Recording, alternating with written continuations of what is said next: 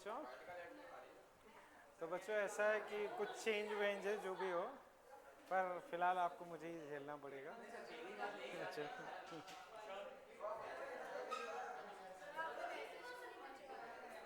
तो बच्चों, हाँ, कल का फिर से क्यों पढ़ा दें? कल तुम नहीं थे क्या? ऐसा थोड़ी था। ओके बच्चों, अभी आवाज़ बंद करें और इधर फोकस करें, ठीक है? तो बच्चों समझे बच्चों, इधर हो सकता है आप लोग कॉपी वगैरह नहीं लाए हो, तो वो कोई नहीं, हाँ कोई नहीं, रफ कॉपी वगैरह आप लिख सकते हो, ठीक है ना? तो रफ कॉपी वगैरह आप लिख सकते हो, फिर बाद में लिख लेना या पेपर चिपका लेना, जैसा भी सही लगे, ठीक है? तो बच्चों अब आवाज़ बंद कर लें। हाँ पृथ्वी, तुम एक काम करो, वहाँ से उठ के इधर आ जाओ, उठ जाओ वहाँ से, फर्स्ट बेंच पे आ जाओ तुम। तो अब बच्चों आज की कहानी शुरू करते हैं। इधर ही बैठ जाओ, खाली जगह। अच्छी क्या है, चलो ठीक है, बैठ जाओ।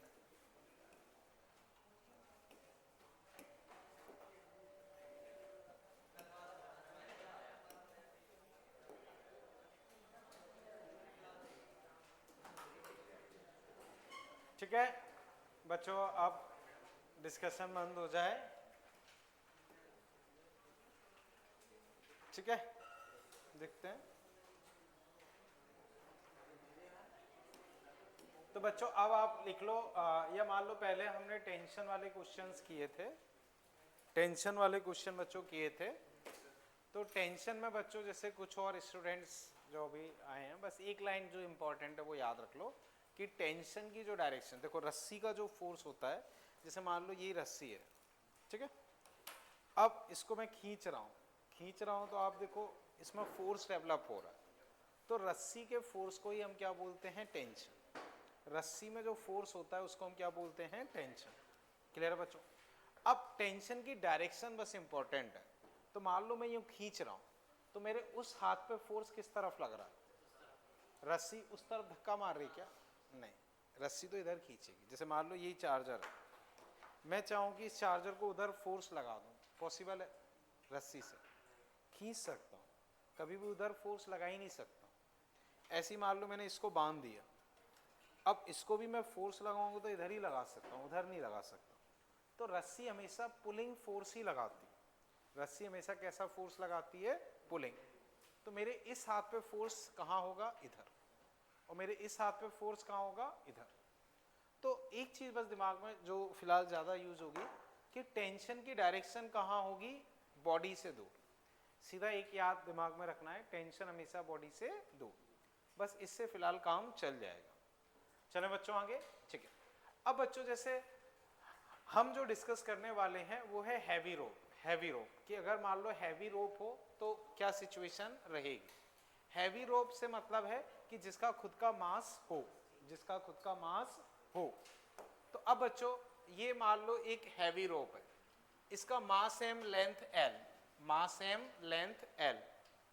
अब बच्चों ये पॉइंट पी है ऊपर से एक्स डिस्टेंस पे, ऊपर से कितनी डिस्टेंस पे है? एक्स। तो बच्चों बताओ पूरी लेंथ एल है, पूरी लेंथ एल है, पूरी लेंथ एल, यहां से डिस्टेंस ये एक्स है। तो बच्चों बताओ ये डिस्टेंस क्या होनी चाहिए? L minus x. पूरी एल है, ये एक्स है, तो ये कितना हो जाएगा? L minus x. ठीक है बच्चों? अब बच्चों इसमें आप लिख लो, अब बच्चों इसमें लिख लो आप,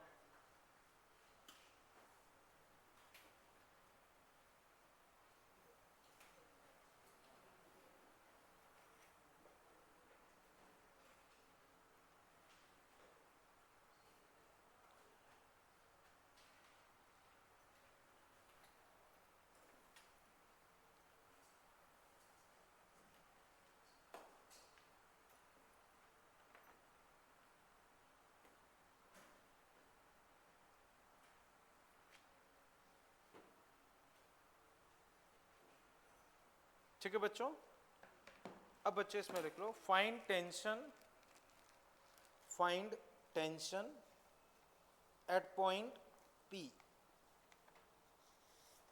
find tension at point P।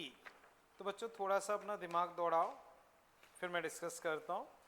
आपको बच्चों क्या करना है, P पॉइंट पे टेंशन निकालनी, P पॉइंट पे टेंशन निकालनी है।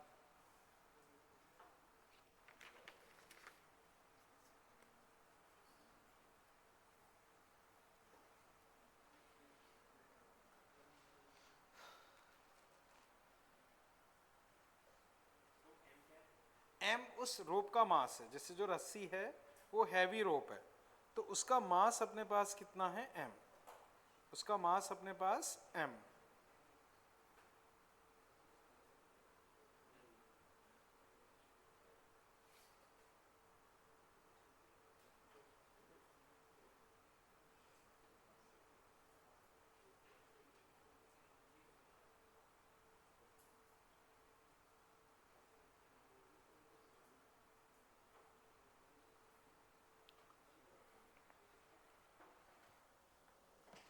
बच्चों M वगैरह के टर्म्स में आंसर देना है। अब बच्चों हैंड राइज करें जो आंसर देना चाहें, बोलो बच्चों। ओके चलो बच्चों ऐसे ही देख के, हाँ बोलो बच्चों जो भी आंसर देना चाहे। हाँ राहुल आवाज नहीं करो फिर, ठीक।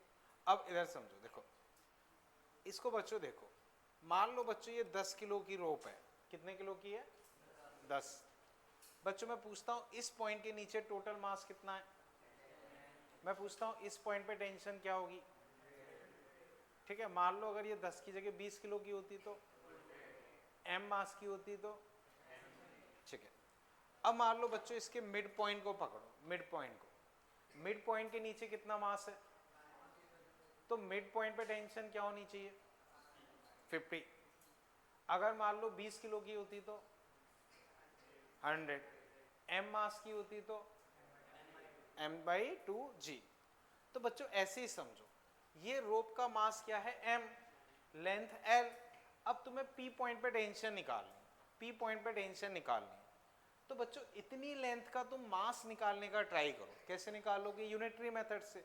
जैसे आधी का कैसे निकाला, आधा, तो इतनी लेंथ का यूनिटरी मेथड से मास निकालने का ट्राई करो, क्योंकि जो नीचे वाला हिस्सा होगा वही तो उसे खींचेगा। अब जैसे मैं पूछता हूं इस पॉइंट पे या इस पॉइंट के नीचे कितना मास है, तो यहां टेंशन क्या होगी, mg। बिल्कुल इस पॉइंट के नीचे क्या मास है, तो टेंशन 0। तो अब मान लो मिड पॉइंट है, P मिड पॉइंट है, तो उसके नीचे क्या मास है, m/2, तो वहां टेंशन m/2g। अब बच्चों यूनिटरी मेथड या थोड़ा सा रिलेट करके वापस ट्राई करो, फिर मैं डिस्कस करता हूँ। समझ पाए बच्चों, उस P पॉइंट से नीचे तक का मास निकाल, यूनिटरी मेथड से निकाल सकते हो। जैसे मान लो बाजार में रस्सी खरीदने गए, उसने बोला कि भाई 10 मीटर 100 रुपए की है, तुमने कहा 3 मीटर दे दो, तो उस हिसाब से कॉस्ट तो निकाल ही सकते हो। तो अब सोचो बच्चों, या मान लो 10 मीटर की रस्सी का वजन उसने बोला 50 किलो है, तुमने कहा नहीं मुझे तो 3 मीटर चाहिए, तो उस हिसाब से वजन निकाल सकते हो। तो यूनिटरी मेथड लगा के थोड़ा सा ट्राई करो, फिर मैं वापस डिस्कस करता हूँ।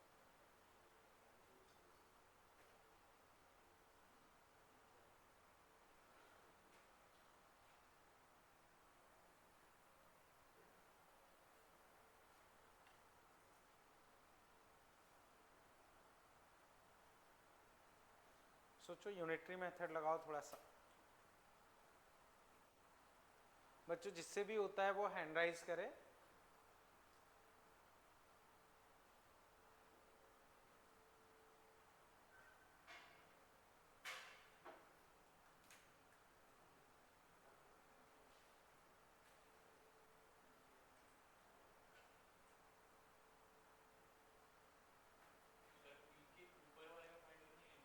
P पॉइंट पे, एग्जैक्टली P पॉइंट पे, ना ऊपर ना ही नीचे, P पॉइंट पे टेंशन क्या होगा। जैसे मान लो अगर टॉप पॉइंट पे हम पूछते हैं तो mg, बॉटम पॉइंट पे 0, मिड पॉइंट पे mg/2, तो ऐसे ही उस P पॉइंट पे क्या होगा, बोलो। ओके और कोई बच्चों, ऐसे कोई आंसर नहीं बोले, पहले हैंड राइज करे तब आंसर बोले। बोलो बच्चों, किसी से भी हो पाया हो, आसान क्वेश्चन बच्चों। सोचो बच्चों, चलो फिर मैं ही डिस्कस करता हूँ। हाँ बोलो। mg अपॉन, चलो अब मैं डिस्कस करता हूँ। बच्चों देखो, मुझे बताओ रस्सी की लंबाई क्या है और L लंबाई का मास क्या है, m। तो आप लिखोगे L लेंथ का मास m, समझ गए ना, L लेंथ का मास m। तो एक का मास क्या होगा, m/l। तो नीचे रस्सी कितनी है, L माइनस एक्स। तो L माइनस एक्स का मास क्या होगा, m/l into L minus x. बोलो बच्चों कोई दिक्कत हो, फिर समझो बच्चों, L लेंथ का मास m, एक का मास m/l। तो इतनी लेंथ का ये, जैसे एक का मास 2 किलो है, 1 मीटर रस्सी का मास, जैसे कई बार हम चेन वगैरह लेने जाते हैं लोहे की, तो 1 मीटर का मास मान लो 2 किलो है। आपने 5 मीटर चेन खरीदी तो उसका मास क्या होगा 10। 3 मीटर खरीदोगे तो 3 इंटू 2, 5 तो 5 इंटू 2, एक्स तो 2 इंटू एक्स। तो ऐसी एक का मास ये है। अब 2 का चाहिए तो इंटू 2, 5 का चाहिए तो इंटू 5, L माइनस एक्स का चाहिए तो इंटू L माइनस एक्स। बच्चों बताओ मास में कहीं कोई दिक्कत, किसी को भी यूनिटरी मेथड समझ पाए, बोलो। मैं L लेंथ का मास m, एक का m/l, इसका ये आ गया, ठीक है। अब बच्चों मुझे यहां टेंशन निकालनी, तो इसके नीचे मास कितना हैंग है ये। तो अगर इसके नीचे 5 किलो होता तो 5g, 10 किलो होता तो 10g, इतना हैंगे तो क्या होगा ये g। तो आंसर बच्चों क्या हो जाएगा, tension at point P m/l into L minus x g, खत्म। बोलो बच्चों कहीं कोई दिक्कत लग रही हो, समझ गए, कर लो बच्चों।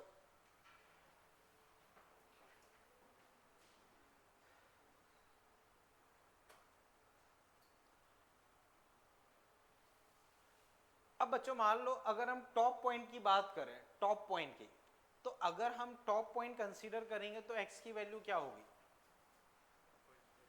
टॉप पॉइंट के लिए x की वैल्यू क्या होगी।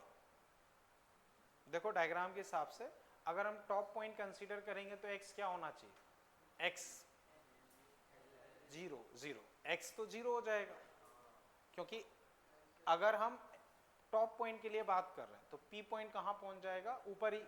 तो x क्या होगा 0, x 0 होगा तो बच्चों 0 रखो, कितना आ रहा है, इसमें x की जगह 0 रखो, बोलो क्या आ रहा है, mg, कट के क्या आ जाएगा mg। तो टॉप पॉइंट पे mg होनी भी चाहिए। अब बिल्कुल बिल्कुल बॉटम मोस्ट पॉइंट की बात करते हैं, बॉटम मोस्ट पॉइंट की। तो बॉटम मोस्ट पॉइंट के लिए x क्या होना चाहिए, x की क्या वैल्यू होगी कि हम बॉटम पे पहुंच जाए, l। तो इसमें l रखो, क्या आ रहा है 0, आना भी चाहिए बॉटम मोस्ट पॉइंट के, तो टेंशन 0। मिड पॉइंट की अगर बात करते हैं तो x क्या होना चाहिए, p l/2, तो l/2 रखो, l minus l/2, l/2, l cut गए, m/2g, आना भी चाहिए। तो अपना मतलब सही है, समझ पाए बच्चों।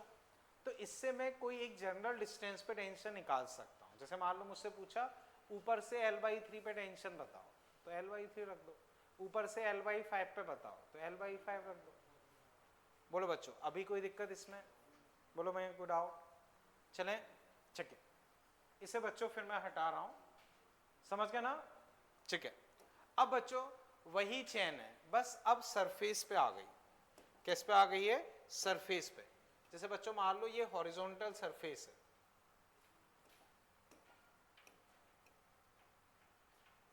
एक स्मूथ हॉरिजॉन्टल सरफेस पे ये चेन रखी। अब तुम फोर्स ऐसे लगा रहे हो, ये लेंथ है बच्चों मान लो L, अब लेंथ कितनी है, वही कैपिटल L, और इसको x ही बोल देते हैं, इसको क्या बोल रहे हैं x।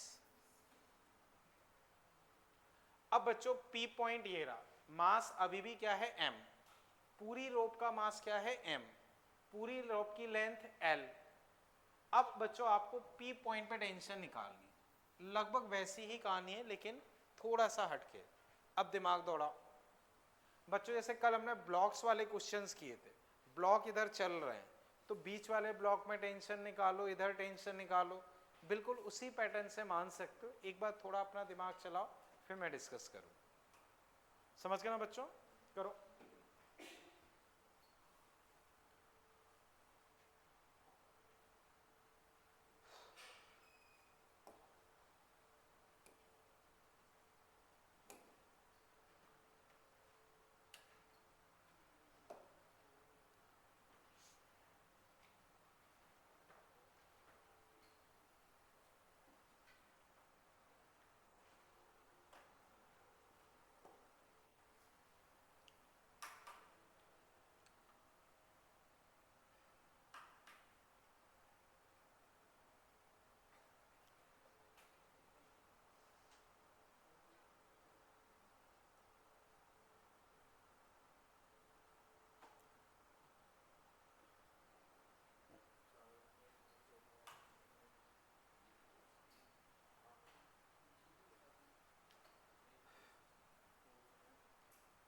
पिछला वाला समझ पाए? पक्का? कोई दिक्कत तो नहीं? ठीक।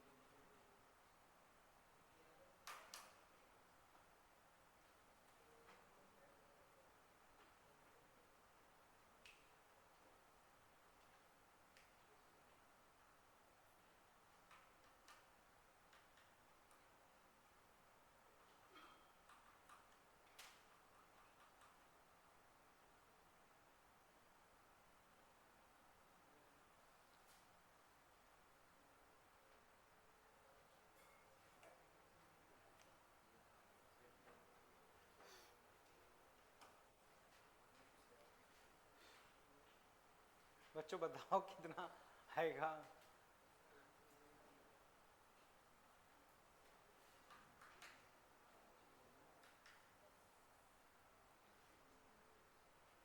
बोलो बच्चों।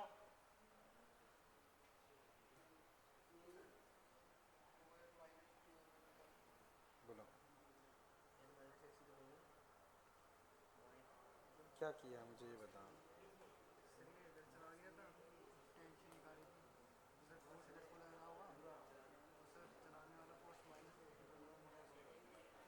बच्चों डिस्कशन नहीं करें, ठीक? ओके बच्चों हैंड राइज करें जिससे हुआ हो। चलो बच्चों मैं डिस्कस करता हूँ। बच्चों क्वेश्चन को देखो। बच्चों बताओ रस्सी का मास क्या है? रस्सी का मास m। बताओ उस पर फोर्स क्या लग रहा है? F। तो मास बच्चों फिर बताओ क्या है? फोर्स क्या लग रहा है? F। पीछे कोई रोकने वाला फोर्स है क्या? तो बच्चों बताओ एक्सीलरेशन क्या होना चाहिए? एक्सीलरेशन क्या होना चाहिए? बच्चों फिर बताओ एक्सीलरेशन क्या होना चाहिए? F upon m। इसमें किसी को कोई तकलीफ? अब बच्चों बताओ एक्सीलरेशन किस तरफ होगा? Right side. उसमें तो कोई तकलीफ नहीं, ठीक है। तो बच्चों हम गारंटी से कह सकते हैं कि भाई एक्सीलरेशन जो होगा वो होगा F बाई m। बोलो बच्चों कोई तकलीफ? नेहा क्लियर है ये? ठीक है। अब बच्चों जैसे हमने पहले सीखा था ये x है तो ये लेंथ क्या होगी? L minus x. अब बच्चों तुम्हारे ऊपर है, तुम चाहो तो इस साइड का एफ बना लो या इस साइड का एफ बना लो। बोलो बच्चों कहाँ से सॉल्व करें? चलो इस साइड से करते हैं। चलो दोनों साइड से कर लेते हैं, ठीक है। देखो पहले लेफ्ट से कर रहे हैं तो सबसे पहले बच्चों हम क्या करेंगे, जो ये लेफ्ट है लेफ्ट उसका मास मान लिया बच्चों m1। लेफ्ट वाले का मास क्या मान लिया? m1। अगर ऐसे मानने में दिक्कत है तो चाहो तो रस्सी को थोड़ा लंबा बनाना पड़ेगा और कुछ नहीं, ऐसे मान लो। चलो ये रस्सी इसका मास m1, इसका मास m1 और यहां टेंशन हमने T मान ली, इसका एक्सीलरेशन इधर। अब बच्चों बताओ इससे कोई रोकने वाला है? ये कहां जाएगा? उधर। चलाने वाला कौन है? T। तो चलाने वाला माइनस रोकने वाला, तो चलाने वाला माइनस रोकने वाला, मास इंटू एक्सीलरेशन तो T। अब बच्चों पुरानी कहानी, L लेंथ का मास m, एक का मास m बाई एल, तो इतनी लेंथ का मास क्या होगा वो हम पुराने वाले से डायरेक्ट लिख रहे हैं, m by L into L minus x. ये हमने क्या लिखा है? मास। पिछले क्वेश्चन में निकाला था और एक्सीलरेशन इस क्वेश्चन में निकाला है, तो ये कट गए। तो फाइनली बच्चों यहां टेंशन क्या आ गई? F L minus x upon L. तो फिर समझो बच्चों हमने एक्सीलरेशन लिखा, कैसे लिखा? Force upon mass. इस हिस्से को अलग से मान लिया, इसका मास m1 माना तो T इक्वल टू m1 है। ए बच्चों F/m निकाल चुके हैं और मास बच्चों पिछले क्वेश्चन में निकाला था तो वापस से मैंने रिपीट नहीं किया, वो यूज कर लिया। अब बच्चों आप लोग एक बार इस साइड को ड्रॉ करके ट्राई करो। जैसे बच्चों इस साइड का मास m2 मान लो, इस साइड का मास लिखने का ट्राई करो और बिल्कुल सेम तरीके से एक बार अटेम्प्ट करो, फिर मैं वापस डिस्कस करता हूँ। तो बच्चों ये तो मैंने कर दिया, इसको कंप्लीट कर लो। अब इस साइड से टेंशन निकालने का ट्राई करो, फिर मैं वो वाला डिस्कस करता हूँ। समझ गए ना बच्चों?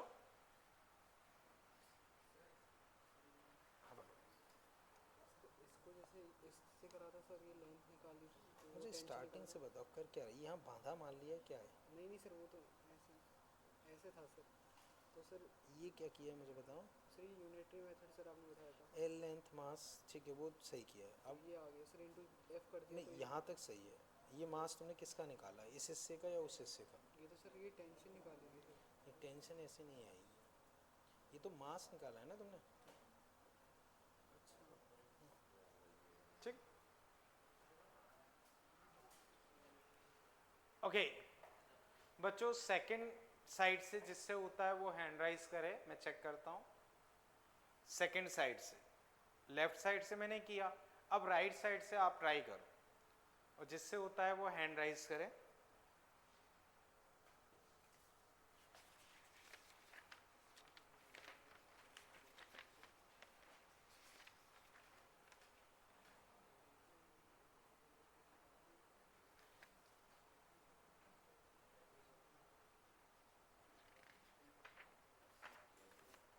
बच्चों हैंड किससे हुआ, आपसे हुआ?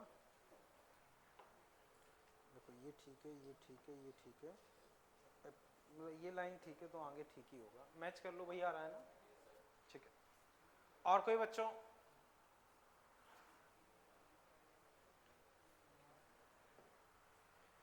बोलो कहाँ किया है एफ माइनस टी। देखो इसमें ये मिस्टेक है, मास ये नहीं होगा। एल लेंथ का मास एम, एक का मास एम बाई एल। अब तुम्हें केवल एक्स लेंथ का मास चाहिए तो m by L into x, चलो बाकी सही है। बस बस एक सेकेंड, एम वन ये अच्छा ये उधर भेज दिया, हाँ ठीक है, मतलब आ जाएगा इससे तो पूरा एम है, एम पूरे का है। ओके बच्चों अब मैं डिस्कस कर रहा हूं, उस पर बच्चों फोकस करें। बच्चों मैं डिस्कस कर रहा हूं, अब समझो, ठीक है बच्चों। देखो अब सबसे पहले बच्चों यूनिटरी मेथड, एल लेंथ का मास एम, एक का मास एम बाई एल। अब ये लेंथ कितनी है बच्चों, एक्स, तो एक्स का मास होगा m by L into x. तो सबसे पहले बच्चों मास समझो, इसका मास ये होगा। मास में कोई दिक्कत? बोलो बच्चों। तो unitary method, M L length का मास एम, एक का एम बाई एल, तो एक्स का M by L into x. Mass समझ पाए बच्चों? अब इस हिस्से को मान लो, ये मान लिया इसका मास m2 है, ये f। बच्चों टेंशन इस पे इधर, एक्सीलरेशन इधर, इतना समझे बच्चों? अब बच्चों एक्सीलरेशन इधर है तो इन दोनों में कौन ज्यादा होगा, इधर। तो ये क्या करेगा, और वो तो वही चलाने वाला माइनस रोकने वाला, मास इनटू एक्सीलरेशन। चलाने वाला माइनस रोकने वाला, मास बच्चों m by L into x, और एक ही जगह बच्चों f बाई एम, ये कट गया। अब इधर उधर कर लो, इधर उधर करोगे तो f minus f x by l equal to t. देखो वही आंसर आ गया, f कॉमन ले लो, वो वही आंसर है, l minus x upon L आ जाएगा। समझ पाए? तो आपके ऊपर है, आप लेफ्ट से करो या राइट से करो, वो फर्क नहीं पड़ता। अभी इसमें कहीं कोई दिक्कत लग रही हो तो पूछो। प्राप्ति बोलो कोई दिक्कत लग रही हो? आयुष ठीक है ना, कोई दिक्कत तो नहीं? ओके कर लो फटाफट। अब बच्चों याद हो मैंने एक इस तरह की सीट दी थी, याद है? ठीक है, अब उसमें बच्चों आप केवल 39 40 रीड कर लो, सॉल्व नहीं करना है, केवल रीड कर लो। 39 40 रीड कर लो। ये ना मैं वापस बता देता हूँ, देखो हम इस हिस्से को ड्रॉ कर रहे हैं, इस हिस्से को, तो ये वाला हिस्सा है एक्स लेंथ का, एक्सीलरेशन इधर है, तो इस पे एक तो फोर्स इधर लग रहा है, इधर वाली रस्सी इस पे कहाँ फोर्स लगाएगी, तो टेंशन हमेशा बॉडी से दूर, तो दूर इधर। अगर ये इधर जा रहा है तो ये ज्यादा ये कम, ये चलाएगा ये रोकेगा, तो चलाने वाला माइनस रोकने वाला मास इनटू एक्सीलरेशन। इसका मास मैंने वहां से रख दिया, बस एडजस्ट कर दिया। देखो बच्चों केवल रीड करना है, सॉल्व नहीं करना। तो बच्चों दोनों क्वेश्चन सेम है, आप देखोगे बस x पहले में x की जगह स्मॉल l रखा है, ये दोनों क्वेश्चन बच्चों एग्जैक्टली सेम है, समझ गए ना? तो इन्हें फिर भी घर पे एक बार देख लेना। अब हम आगे चलते हैं, समझ गए ना बच्चों?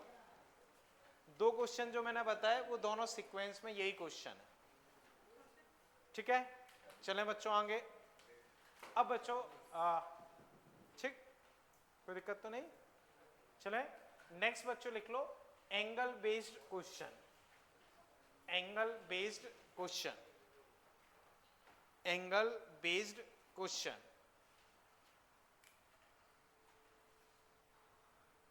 एंगल बेस्ड क्वेश्चन,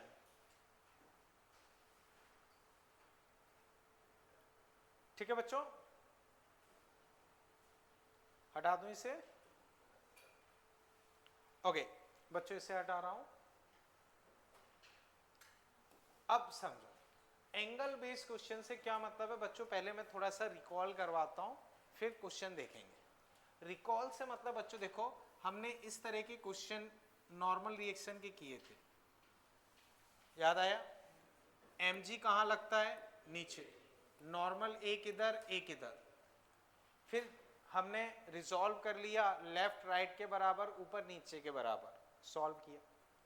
अब वही कहानी हम फिर रिपीट करने वाले, बट यहां नॉर्मल की जगह कौन प्रकट हो गया है? टेंशन। यहां नॉर्मल की जगह कौन प्रकट है? टेंशन। तो अब वही काम हम टेंशन से करें, समझ गए? मान लो बच्चों एक क्वेश्चन मैंने तुम्हें होमवर्क में दिया था, ये 30 डिग्री, ये 45, यहां स्फीयर फंसा था, तो वही mg नॉर्मल रिजॉल्व किया, सॉल्व किया। तो अभी भी वही करना है, रिजॉल्व करना है, सॉल्व करना, ठीक है? तो अब बच्चों डिस्कस करते हैं, देखते हैं। देखो मान लो बच्चों तुमने क्या किया, एक रस्सी ये ली, एक रस्सी ये ली, ठीक है? ये एक पार्टिकल लेके बांध दिया 5 किलो का। अब ये एंगल बच्चों मान लो 30 डिग्री, ये एंगल मान लो बच्चों 60 डिग्री,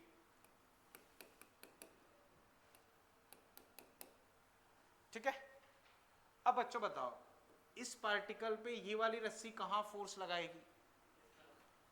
बॉडी से दूर, तो इधर T1। ये वाली किस तरफ लगाएगी? T2। तो बच्चों एक बार डायग्राम ड्रॉ कर लो, फिर मैं क्वेश्चन लिखवाता हूं।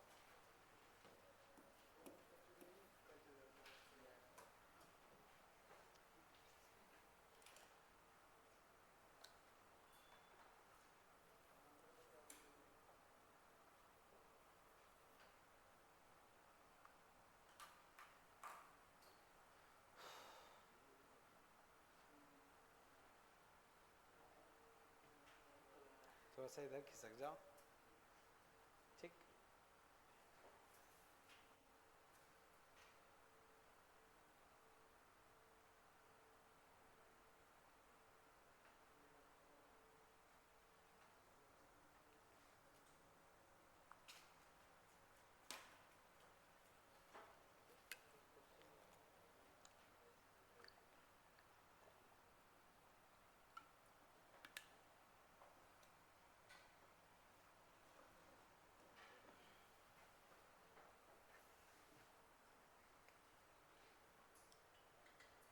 ठीक है बच्चों, ठीक, ओके। अब बच्चों इसमें लिख लो फाइंड T1 एंड T2। बच्चों मैं डिस्कस कर रहा हूं, आप लोग केवल समझो। Find T1 and T2। तो बच्चों आपको T1 T2 की वैल्यू निकालनी है। क्वेश्चन समझ गए बच्चों? अब सॉल्व कैसे करेंगे बच्चों वो सीखते हैं। बच्चों बताओ वो जो ब्लॉक है 5 किलो का, वो कहीं मूव करेगा क्या? कहाँ करेगा? ऊपर कैसे कर जाएगा? जैसे मान लो समझो ये चीज टंगी है, तो टंगी रहेगी कैसे, ऊपर कैसे चली जाएगी? खींच कौन रहा है? देखो दीवार, ये क्या होती है? दीवार, ये दीवार, तो दीवार से टंगी है, समझे? तो खैर बच्चों अब मुझे वापस बताओ, जैसे ये जो ब्लॉक है ये कहीं मूव करेगा क्या? तो ये रेस्ट पे है, ये क्या है? रेस्ट पे। तो बच्चों अगर ये रेस्ट पे है तो इसका एक्सीलरेशन क्या है? 0। बच्चों जीरो एक्सीलरेशन के केस में मैंने तुम्हें बताया था कि भाई तुम्हारा जहां मन करे तुम रिजॉल्व कर सकते, तुम्हारा जहां मन करे तुम रिजॉल्व कर सकते। रिजॉल्व करने से मतलब है एक्सिस, तुम कहीं भी एक्सिस ले सकते हो अगर रेस्ट पे, और एक्सीलरेशन होगा तो हमेशा हमेशा एक्सीलरेशन के अलोंग और परपेंडिकुलर ही रिजॉल्व करना, दिमाग में है। अब बच्चों हम रिजॉल्व करते हैं। देखो बच्चों उस पार्टिकल के लिए अगर मैं देखता हूं, ठीक है बच्चों बताओ इस पे ग्रेविटी का फोर्स कहां लगेगा, नीचे लगा दिया। टोटल बच्चों कितने फोर्स हैं, कौन कौन से, T1 T2 और mg, तो टोटल कितने हुए 3, ठीक है। अब रिजॉल्व करते हैं। तो बच्चों मैंने एक्सिस ये मान ली, कौन कौन सी, ये और ये दो एक्सिस मान ली, तो mg तो उसी के अलोंग है तो उसको टच करने की जरूरत नहीं है। अब T1 को रिजॉल्व करते हैं, तो बच्चों जिससे एंगल टच हो वो कॉस, तो T1 cos 30 √3/2, T1 sin 30 T1/2, ठीक है। अब इधर बच्चों यहां एंगल टच है तो यहां कंपोनेंट किस में आएगा, कॉस, इधर किस में आएगा, साइन। तो बच्चों T2/2 T2 √3/2 और mg कहां लग रहा है, नीचे, समझ गए बच्चों। नॉर्मली ये डायग्राम में मुझे यहीं रिजॉल्व करके दिखाना चाहिए, लेकिन उसी डायग्राम में इतना सब कुछ कर देंगे तो सारा मिक्सअप हो जाएगा, तो उसी वजह से बस साइड बाय साइड ड्रॉ कर दिया। ये इस T1 को रिजॉल्व कर दिया, इस T2 को इधर और इधर रिजॉल्व कर दिया, mg वैसा का वैसा।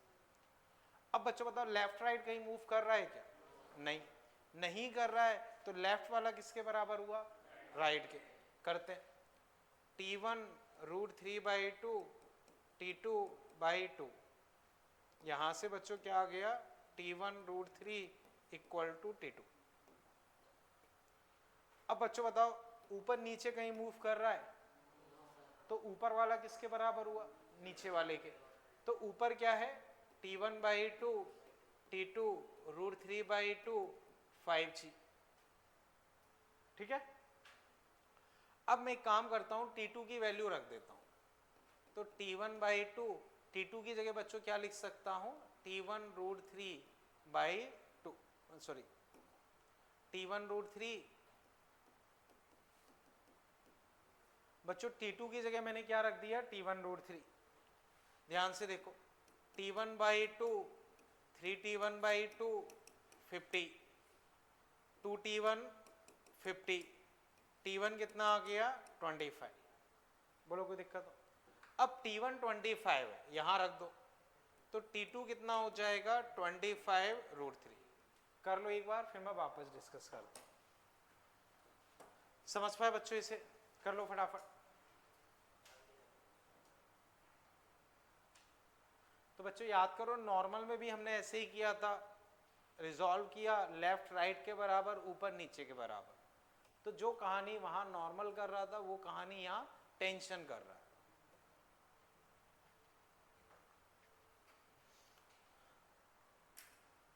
बोलो बच्चों कोई दिक्कत हो, क्लियर है प्रज्ञा।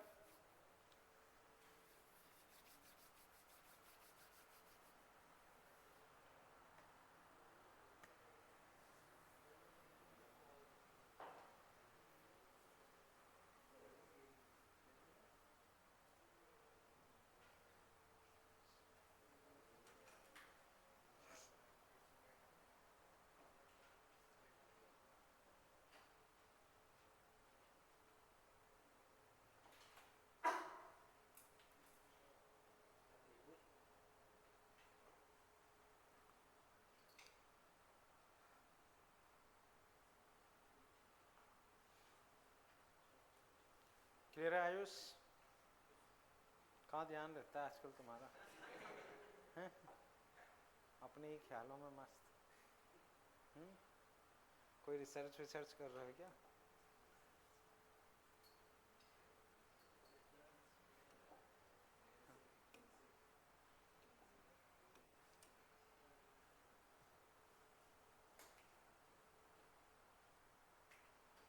ठीक है बच्चों, समझ पाए? अब बच्चों ध्यान रखो, मेथड ये हो गया।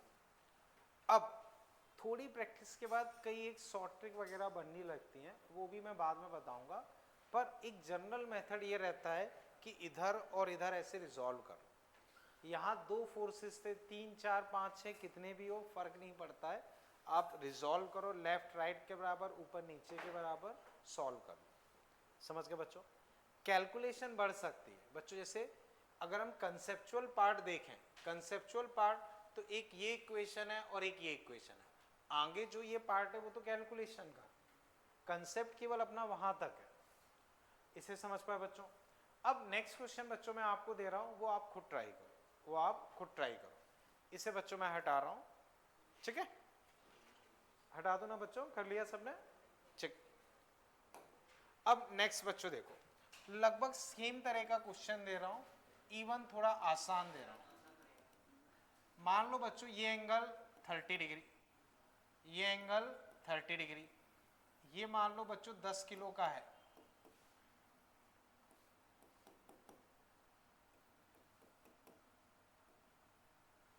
अब इस पे टेंशन बच्चों T1 मान लिया, इस पे टेंशन T2 मान लिया। क्वेश्चन बच्चों वही है, T1 T2 निकालना है, फाइंड T1 एंड T2। करो बच्चों, अभी जो हमने क्वेश्चन किया उससे आसान है, करो।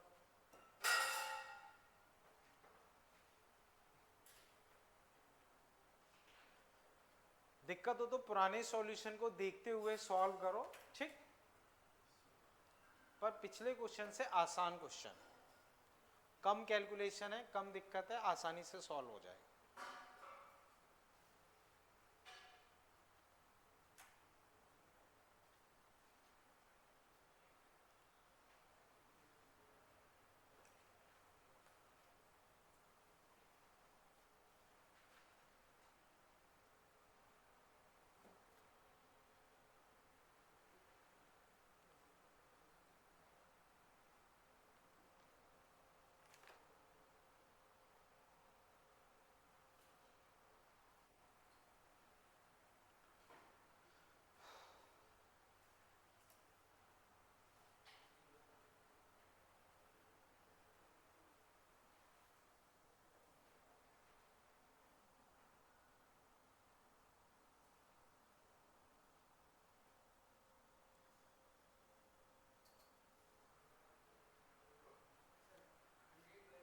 एक सेकेंड,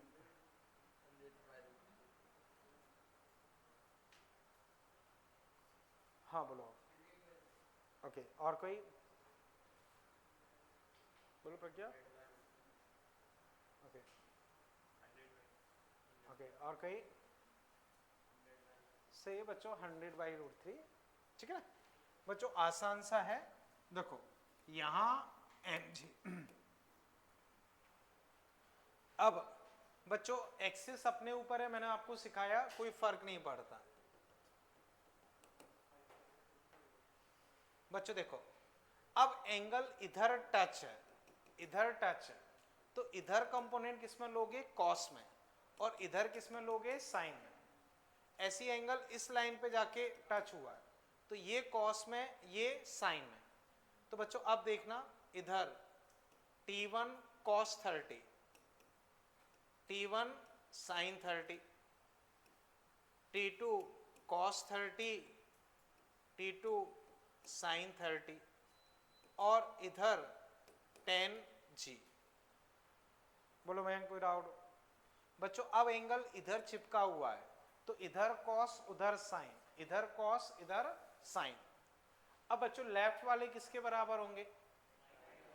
तो लेफ्ट में T1/2 किसके बराबर? T2/2, 2 कट गए, T1 = T2।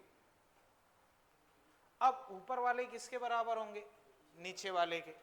तो ऊपर वाले T1 √3/2, T2 √3/2 mg या 10g। अब बच्चों T1 T2 बराबर ही है, तो इसको T1 ही लिख देते हैं।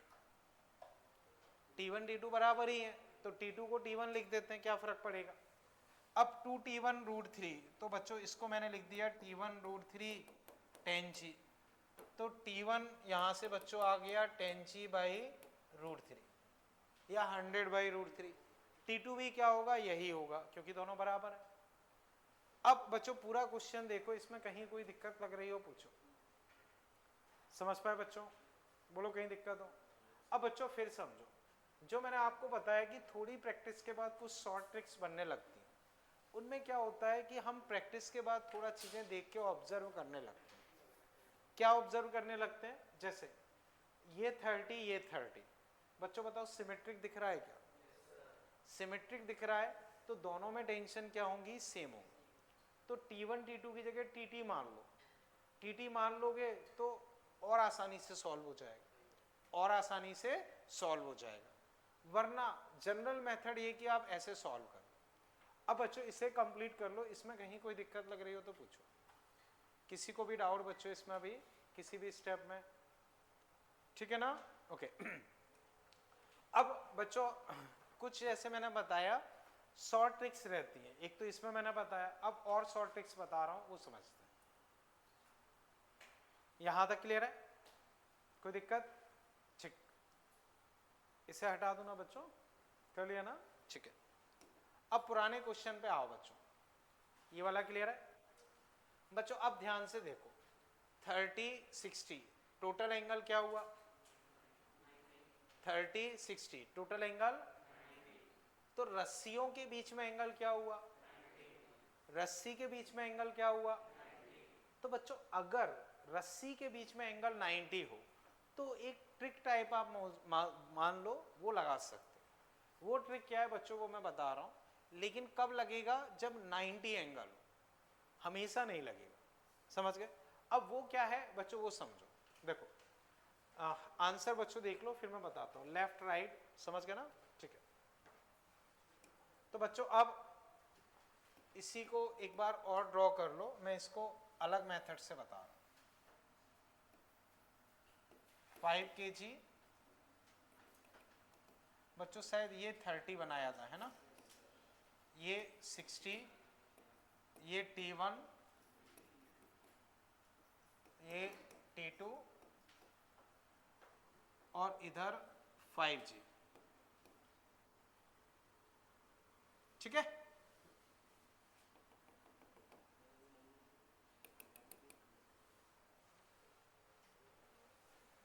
ठीक है। अब बच्चों एंगल देखो, ये ऐसे परपेंडिकुलर है। अब 30 ये है, 30 ये है, तो बच्चों बताओ ये कितना होगा? तो ये क्या होगा? तो ये क्या होगा? अब बच्चों ध्यान से समझो, मैं क्या कर रहा हूं, इस 5G को रिजॉल्व कर रहा हूं। तो इधर क्या एंगल टच है? 30, तो 5G cos 30। इधर क्या है? 60, तो 5G cos 60 या 5G sin 30, दोनों एक ही बात है। 5G sin 30 भी लिख सकते हो, sin 30 भी 1/2 होता है, या वो फर्क नहीं पड़ता। फिर समझो 30 60 30, तो फिर ये 60, मैंने इसको तोड़ दिया, 5G cos 30 5G sin 30। अब बच्चों ये ऐसे मूव नहीं कर रहा है, ऐसे मूव नहीं कर रहा है, तो T1 किसके बराबर होना चाहिए? इसके। तो T1 5G cos 60 यानी कि 25। बच्चों ये ऐसे मूव नहीं कर रहा है, तो T2 किसके बराबर हो जाएगा? 5G cos 30 यानी कि 25√3। आप पिछले आंसर देखो यही है, लेकिन ये आप कब लगा सकते हो? जब रस्सियों के बीच में एंगल क्या हो? 90। कर लो बच्चों इतना, फिर मैं वापस डिस्कस करता हूँ। हाँ नहीं नहीं, उससे आसान। इसमें एक लाइन में क्वेश्चन हो गया, आपने mg को इधर रिजॉल्व किया, इधर रिजॉल्व किया, ये इसके बराबर, ये इसके बराबर, बस आंसर। आपको कोई कैलकुलेशन नहीं करनी पड़ी उसमें। तो इसको निकाल के उसमें रखो, एक इक्वेशन बनाओ, दो इक्वेशन बनाओ। इसमें आपने क्या किया? इधर cos 30, इधर sin 30, ये इसके बराबर, ये इसके बराबर, बस आंसर। 2 लाइन में आंसर आ गया आपका। कर लो बच्चों, फिर मैं वापस डिस्कस करता हूं। समझ पाए ना? कर लो इसे।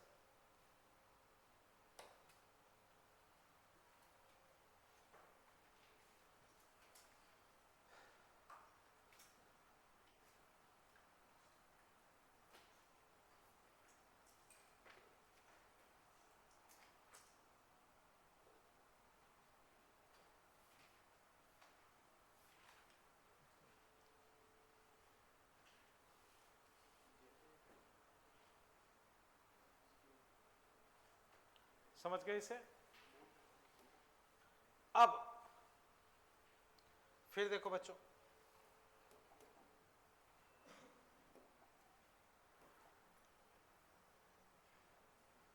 ठीक है। अब इसी पैटर्न का बच्चों एक क्वेश्चन मैं आपको करने के लिए दे रहा हूं।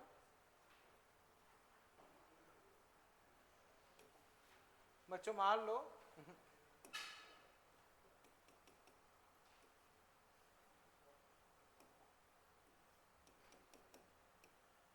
बच्चों ये 10 किलो,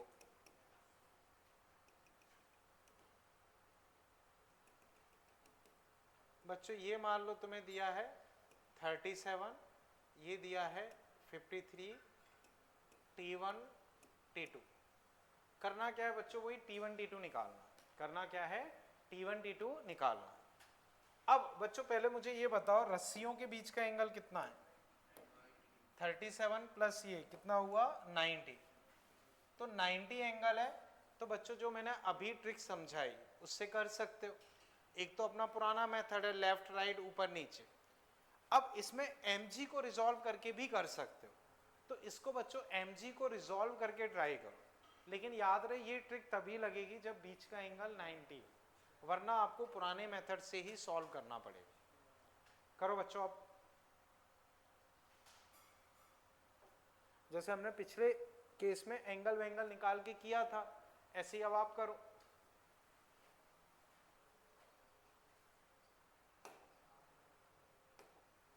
जैसे बच्चों इसको एक्सटेंड करोगे तो इधर, इसको एक्सटेंड करोगे तो इधर।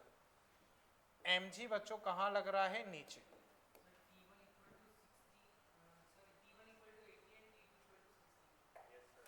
देखो T1 equal to 80 and T2 दिखता है अभी? 2 मिनट रुको बच्चों, कर लो एक बार। तो बच्चों डायरेक्ट आंसर मत बोला करो, जब मैं पूछूं तब बताना, ठीक?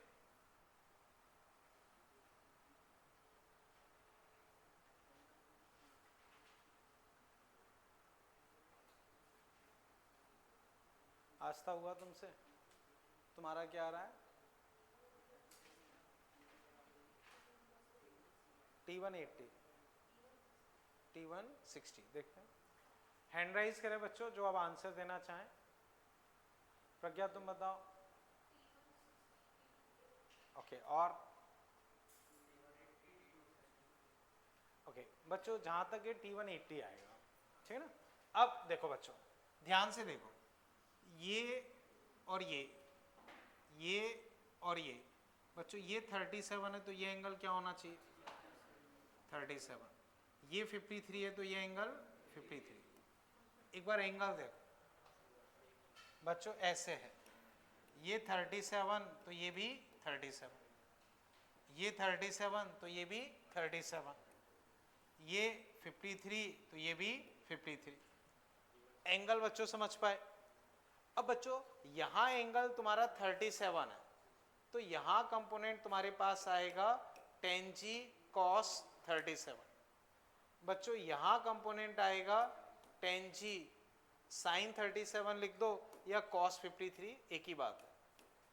53 है तो tan g cos 53 या tan g sin 37, वो दोनों से कर सकते, ठीक है। अब इसमें क्या फंडा लगाओगे बच्चों? ये ऐसे मूव नहीं कर रहा तो T1 इसके बराबर, ऐसे मूव नहीं कर रहा है तो T2 इसके बराबर, तो वही करो।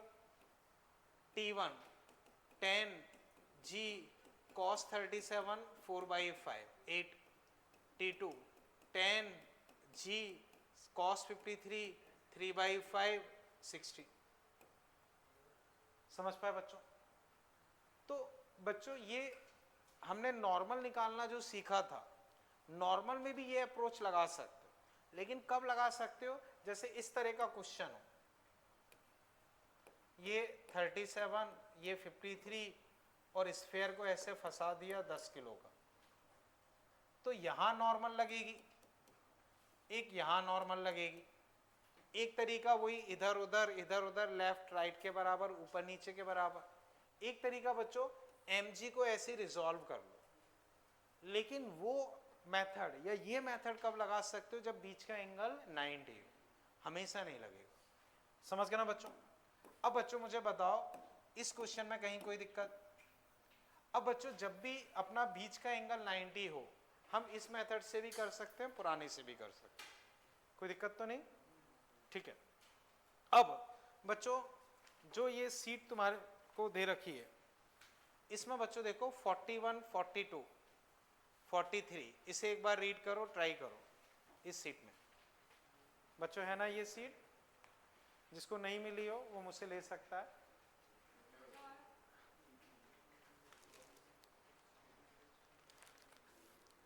ठीक है, आ जाओ। हाँ इधर आ जाओ।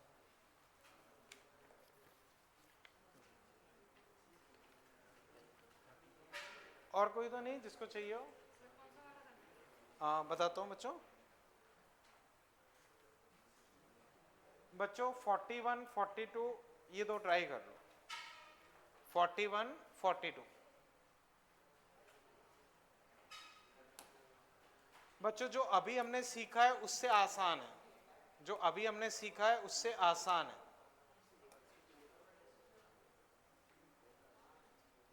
A body of 2 kilogram weight suspended shown in figure T1 horizontal, T1 ही बच्चों निकालना है किलोग्राम वेट में, लेकिन याद रहे किलोग्राम वेट में। तो बच्चों जहां तक मुझे याद है एनएलएम की स्टार्टिंग में मैंने किलोग्राम वेट के बारे में बताया होगा।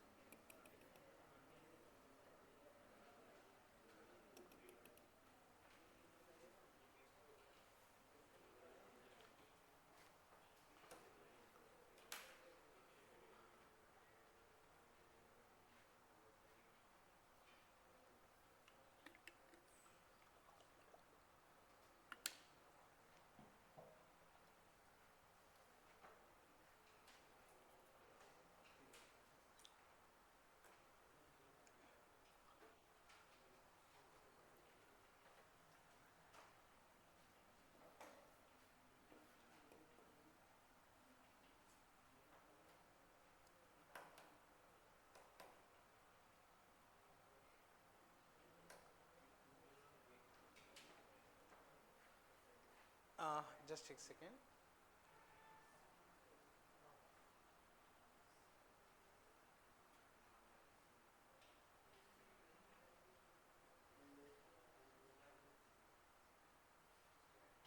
हाँ बोलो। तो रूट 3 क्या किया तुमने बताओ?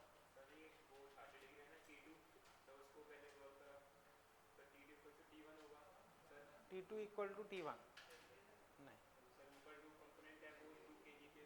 वो सही है। T2 किसके बराबर बताया आपने? T2 T1 बराबर नहीं है। हाँ बोलो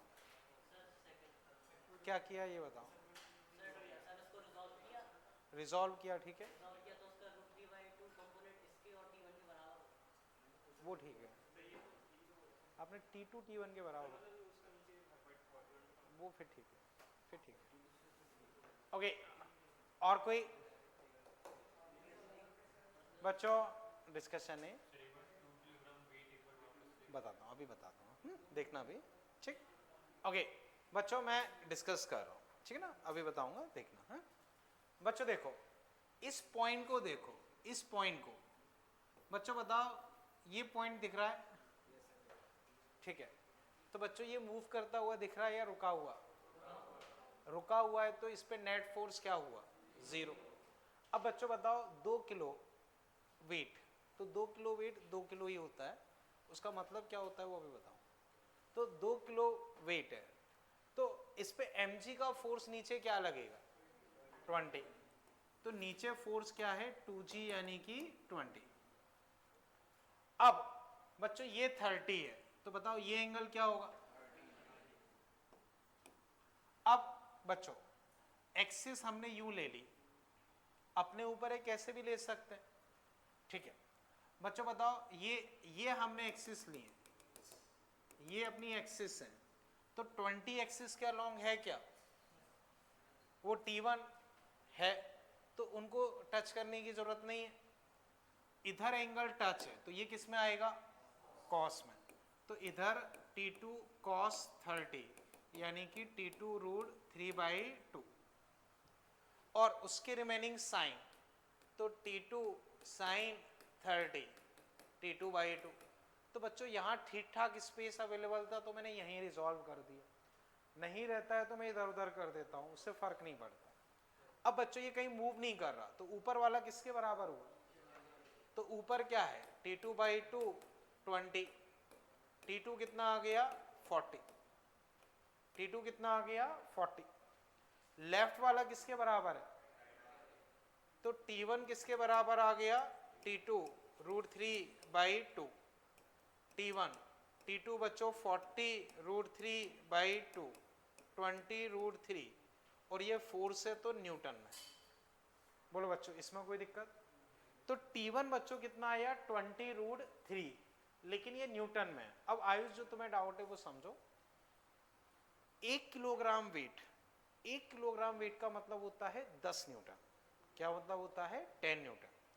2 किलोग्राम वेट मतलब 2g यानी कि 20 न्यूटन। 0.5 किलोग्राम वेट यानी कि 0.5g यानी कि 5 न्यूटन। तो बच्चों फोर्स, या पहली क्लास में मैंने बताया था जब फोर्स डिस्कस किया था कि फोर्स की एक यूनिट होती है किलोग्राम वेट। अगर आपको बोला है कि इस पर 5 किलोग्राम वेट लग रहा है तो एक तरीके से उस पर 50 न्यूटन फोर्स लगा। अब आंसर अपना 20 रूट 3 आया लेकिन ऑप्शन में है नहीं, क्योंकि ऑप्शन में किलोग्राम वेट में कन्वर्ट करना, तो इसमें 10 से डिवाइड कर दो। तो इसी को हम लिख सकते हैं 2 रूट 3 किलोग्राम वेट। तो सिंपली ये समझो 1 किलोग्राम वेट होता है 10 न्यूटन। अगर जी को 9.8 मानोगे तो 9.8 न्यूटन, 10 मानोगे तो 10 न्यूटन, 9.8 मानोगे तो 9.8 न्यूटन। हाँ बोलो।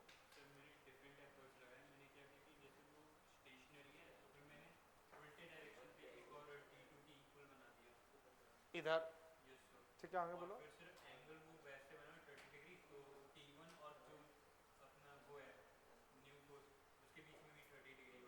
सही है, वो भी मैं बताता हूँ। ठीक है 2 मिनट रुको बच्चों, ये अभी क्लियर है, कहीं कोई दिक्कत, ठीक है। अब इसको बच्चों पहले कंप्लीट कर लिया ना सबने, बच्चों इधर डिस्कशन नहीं करें, ये कंप्लीट कर लिया ना। अब बच्चों में इसका एक और मेथड डिस्कस कर रहा हूँ, वो समझो। कई बार उससे क्वेश्चन आसान रहता है लेकिन बच्चों वो ट्रिक्स टाइप मान सकते हो। स्ट्राइक करती है तो ठीक है, नहीं स्ट्राइक करती है तो आप बेसिक मेथड से चलो, ठीक है ना। जो आप बता रहे हो वो भी एक मेथड रहता है, मैं डिस्कस करने वाला हूँ, समझो। बच्चों ये कर लिया ना, इसको हटा रहा हूँ, ठीक है ना। अब वापस समझो, वापस बच्चों समझना, ये सिचुएशन है, इधर 2 kg, इधर T1 और ये साइड T2 था, ऐसा ही था, ठीक है। ये बच्चों 30 डिग्री। अब बच्चों इसका एक और मेथड समझो, एक और मेथड बच्चों, आप इसको ऐसे एक्सटेंड कर दो, एक्सटेंड, वो 30 था तो बच्चों बताओ ये एंगल क्या हुआ 30, ठीक है बच्चों, ये एंगल क्या हो गया 30। अब बच्चों समझना ध्यान से देखो, ये अगर रुका हुआ है तो इसका मतलब है कि इन दोनों का नेट जो इधर है वो इस T2 के बराबर, इन दोनों का नेट जो इधर आएगा वो उस T2 के बराबर होना चाहिए, यानी कि इन दोनों का नेट यहां कहीं आना चाहिए। अब इधर क्या लग रहा है बच्चों 20। अब बच्चों ध्यान से देखना, इस ट्राइंगल टाइप में देखो, इस ट्राइंगल टाइप में 10 30 बच्चों, जहां एंगल टच होगा वो बेस, तो ये T1, ये क्या मानोगे परपेंडिकुलर 20, ये क्या होता है 1/√3। बताता हूं, T1 इक्वल टू 20, कुछ मिस्टेक कर दी क्या, अच्छा हाँ मैंने उल्टा लिख दिया, वही उसी वजह से आंसर भी उल्टा आ रहा था। खैर perpendicular by base 1/√3 20/T1, T1 बच्चों 20√3।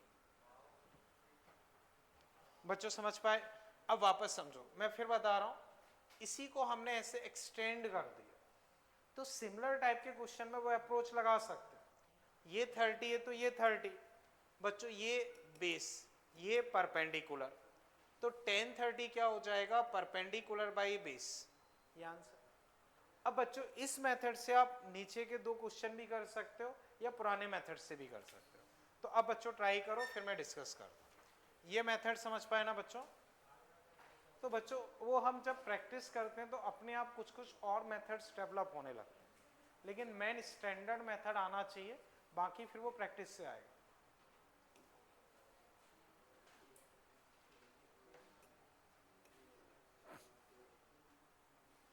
बच्चों लगभग सेम तरह का ही क्वेश्चन है।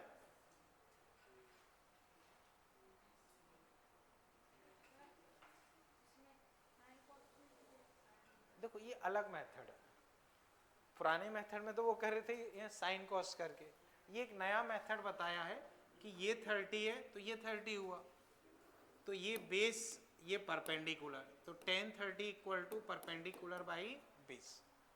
तो इससे भी आसानी से आंसर आ जाएगा। बाकी बेसिक मेथड वही है, वो आना जरूरी है। ये ठीक है, जल्दी आंसर निकालने के तरीके मान लो।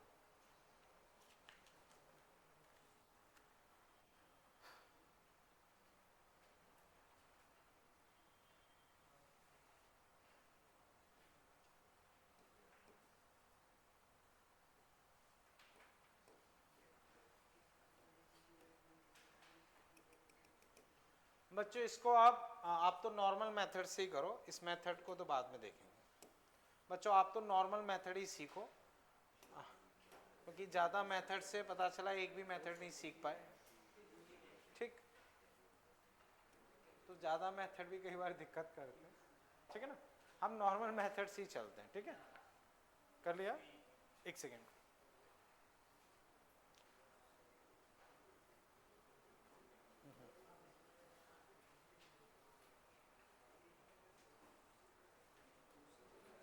हाँ अब बोलो।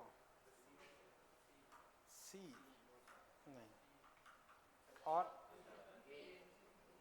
ए सही लग रहा है, ए सही लग रहा है। बच्चों देखो हम नॉर्मल मेथड से चलते हैं, ये 30, तो बच्चों बताओ ये एंगल क्या हुआ? बच्चों ये 30 है तो ये एंगल क्या हुआ? 30। अब बच्चों एंगल कहाँ टच है? यहाँ, तो यहाँ किस में आएगा? कॉस। यहाँ बच्चों किस में आएगा? साइन। अब cos 30 मतलब t√3/2, ये t/2। अब बच्चों ये पॉइंट कहाँ जा रहा है? कहीं नहीं, तो ऊपर वाला किसके बराबर हुआ? और ऊपर वाला है कौन? t√3/2 √3, तो t यहाँ से कितना आ गया? √3g, सॉरी, तो 2g मतलब 20। बताओ बच्चों कहीं कोई दिक्कत हो? ठीक है, तो टेंशन बच्चों कितनी आ गई? 20। ये निकल आया। अगर मान लो ये पूछते हैं तो f equal to t/2, f equal to t/2, तो f इक्वल टू 20/2 यानी कि 10। क्लियर है? पीछे समझ पा रहे हो? कोई दिक्कत यहां तक? समझ गए ना? ठीक है। अब बच्चों जो इसमें 43rd है वो आप एज ए होमवर्क रख लो, वो आप एज ए होमवर्क रख लो। समझ गए ना? इसमें कहीं कोई दिक्कत हो तो बताओ। बच्चों इसको एक बार उस मेथड से और ऐसे ही डिस्कस कर रहा हूं, उससे करना चाहो तो कैसे करोगे अब वो देखो।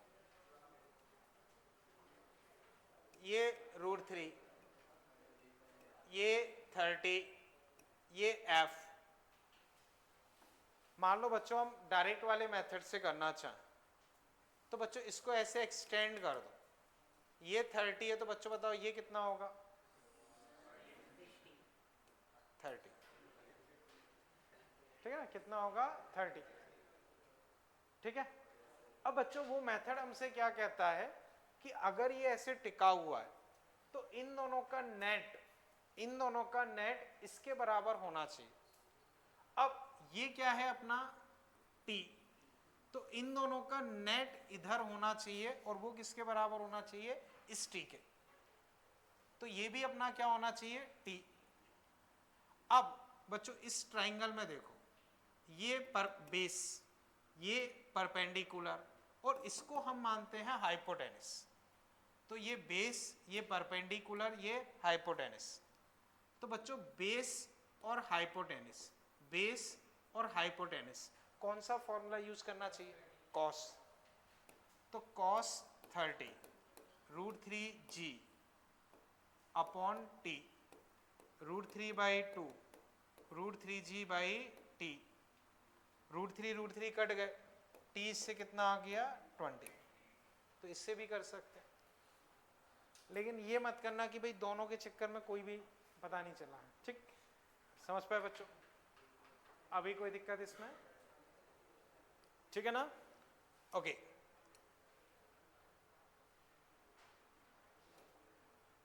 अब बच्चों नेक्स्ट, फिर इसके बाद आप लिख लो, ये वाला समझ पाए ना बच्चों? तो इससे भी कर सकते हो। देखो बच्चों, लगभग हर एक क्वेश्चन के मैंने 2 मेथड बताए। पहला क्वेश्चन जो था उसमें 30 60 था।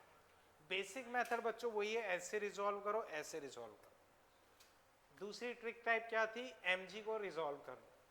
फिर बच्चों एक मैंने इक्वल एंगल वाला दिया था। बेसिक क्या है? ऐसे रिजॉल्व करो, ऐसे रिजॉल्व करो।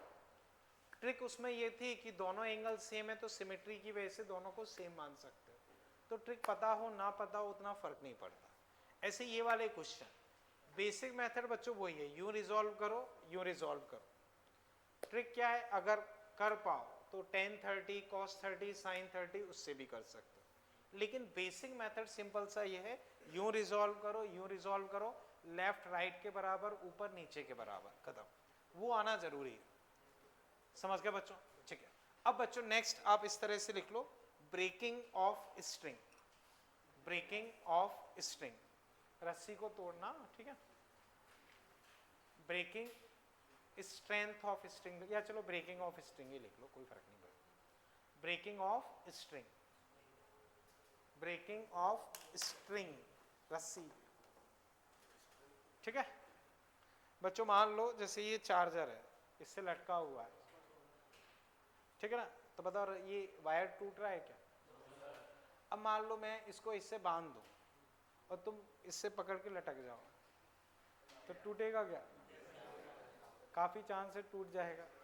बाकी पर्सन टू पर्सन थोड़ा वेरी करता है, लेकिन फिर भी काफ़ी चांस से टूट जाएगा। ठीक है ना? क्लियर है? ओके। तो बच्चों ऐसा क्यों हुआ कि भाई चार्जर इससे टंगा हुआ है, लेकिन जब आप खुद इससे टंग रहे हो तो वो नहीं झेल पा रहे। रीजन, हर रस्सी की अपनी एक कैपेसिटी रहेगी, हर रस्सी की अपनी एक कैपेसिटी रहेगी। मान लो कोई 500 झेल पा रहा, तो 500 तक तुम उसमें टांग रहे हो, 50 किलो तक टांग रहे हो तो वो झेल लेगी। उससे ज़्यादा वजन अगर टांगोगे तो ऑब्वियस सी बात है टूट जाएगी। तो अब उस तरह की सिचुएशन बच्चों हम देख रहे हैं। समझ गए ना बच्चों? उस तरह की सिचुएशन बच्चों हम देख रहे हैं। तो हमारा ऑब्जेक्टिव इसमें यह है कि हमसे जो क्वेश्चन पूछे जाते हैं उनको हम सीखें, उनको हम सीखें। तो ब्रेकिंग ऑफ रस्सी, उस पर हमसे किस तरह के क्वेश्चंस पूछे जाते हैं हम वो डिस्कस कर रहे हैं। समझ गए बच्चों? तो देखते हैं।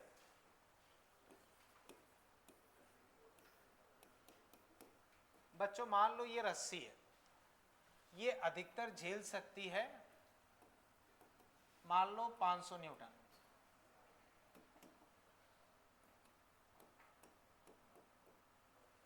ठीक है? तो मैक्सिमम बच्चों ये 500 न्यूटन यानी कि 50 किलो झेल सकती है। समझ गए? ठीक है। अब बच्चों मान लो इससे एक बंदा 40 किलो का ऐसे पकड़ के खड़ा है, तो बच्चों 40 किलो का बंदा नीचे क्या फोर्स खींचे, किस फोर्स से खींचेगा? 400। तो रस्सी में टेंशन क्या आएगी? तो रस्सी टूटेगी या बची रहेगी? बची रहेगी। तो क्या ठीक है बच्चों, एक बार डायग्राम ड्रॉ कर लो फिर मैं क्वेश्चन लिख पाऊँ। ठीक है ना? इतना ड्रॉ कर लो।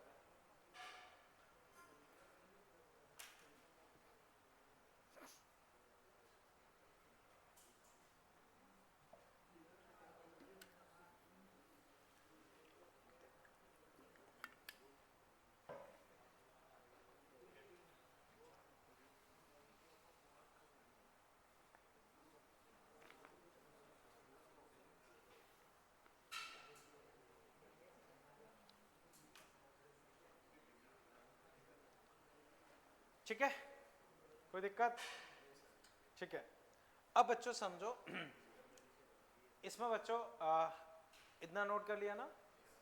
अब मान लो बच्चों ये रस्सी 40 किलो 500 यानी कि 50 किलो तक झेल पाती है, 500 न्यूटन यानी कि 50 किलो तक झेल सकती है। तो मान लो कोई 40 किलो का बच्चा उससे टंगा हुआ है।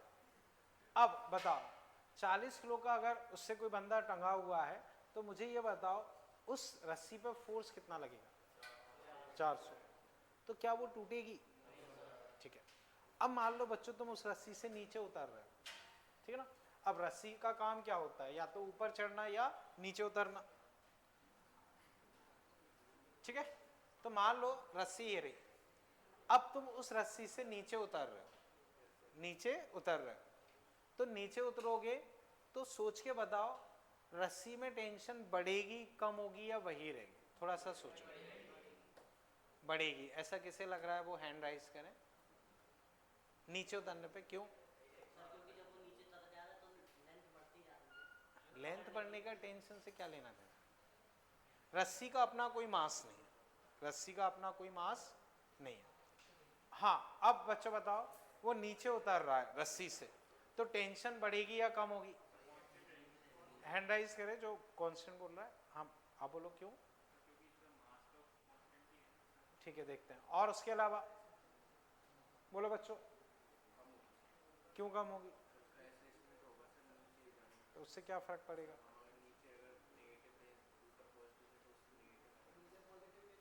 ओके चलो अब मैं डिस्कस करता हूं। बच्चों समझो, देखो बच्चों इसका एफवीडी बनाते हैं। बताओ एमजी कहाँ लगेगा? नीचे।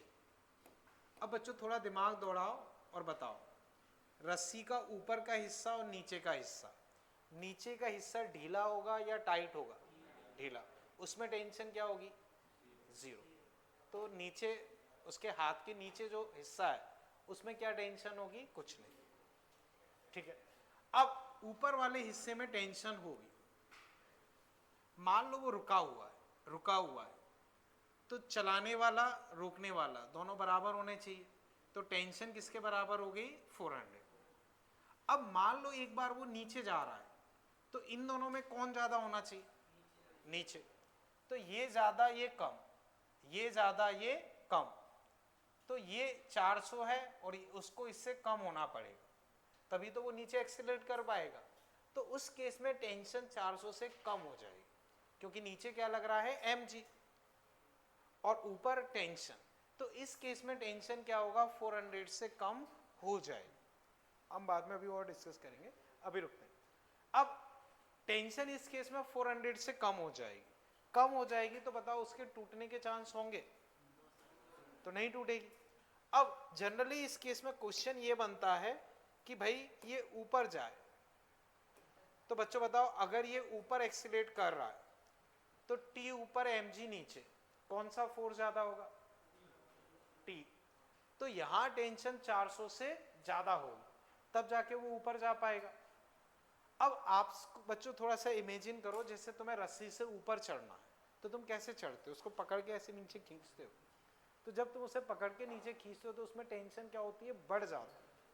तो अगर तुम बहुत तेजी से ऊपर चढ़ना चाहते हो तो बहुत तेजी से पकड़ के खींचोगे तो टेंशन और बढ़ेगी, और अगर कहीं बढ़ के 500 हो गई तो टूट जाएगी और तुम नीचे आ जाओगे। समझ गए?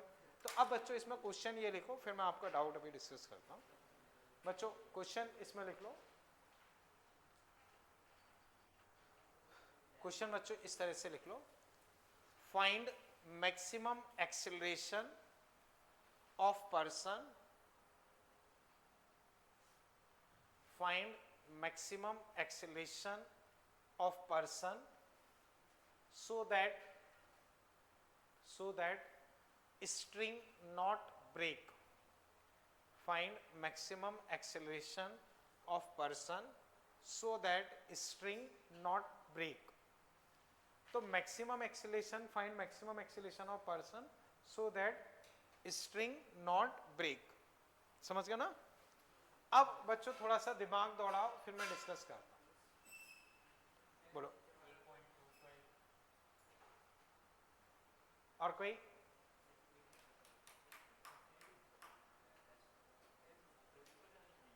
हाँ, ऊपर जाने का मैक्सिमम एक्सीलरेशन क्या हो सकता है कि भाई रस्सी ना टूटे।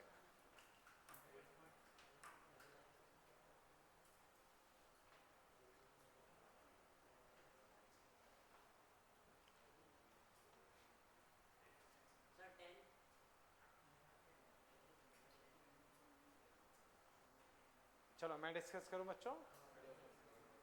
चलो क्या किया?